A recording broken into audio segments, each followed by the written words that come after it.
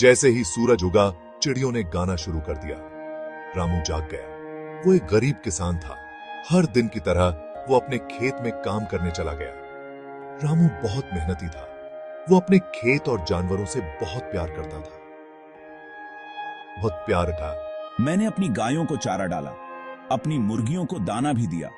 मुर्गियां इधर उधर भाग रही थीं, जमीन पर दाना चुग रही थीं।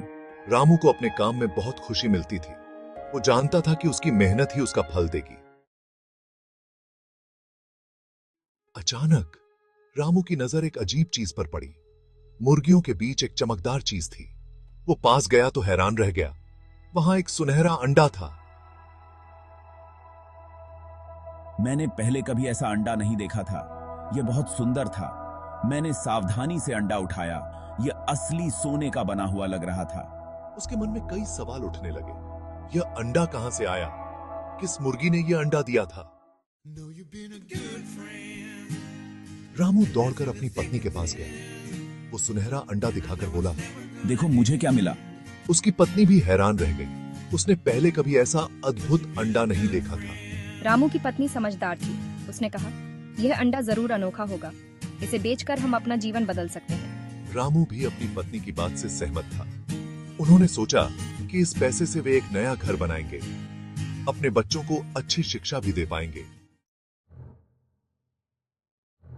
जल्द ही सुनहरे अंडे की खबर पूरे गांव में फैल गई। हर कोई रामू और उसके भाग्य की चर्चा कर रहा था। लोग दूर दूर से सुनहरा अंडा देखने आने लगे। कुछ लोग मुझसे जलने लगे। वे भी ऐसा ही भाग्यशाली बनना चाहते थे। रामू रातों रात अमीर हो गया था, लेकिन वो यह जानने के लिए उत्सुक था कि यह अंडा कहां से आया था। एक दिन रामू ने अपनी मुर्गियों को ध्यान से देखा। वो यह जानना चाहता था कि उनमें से कौन सी मुर्गी सुनहरा अंडा देती है। तभी उसकी नजर एक मुर्गी पर पड़ी। यह मुर्गी थोड़ी अलग दिखती थी। उसके पंख चमकदार थे और उसकी आंखें चमक रही थीं। रामू को समझ आ गया कि यह कोई साधारण मुर्गी नहीं है। यह एक जादुई मुर्गी थी।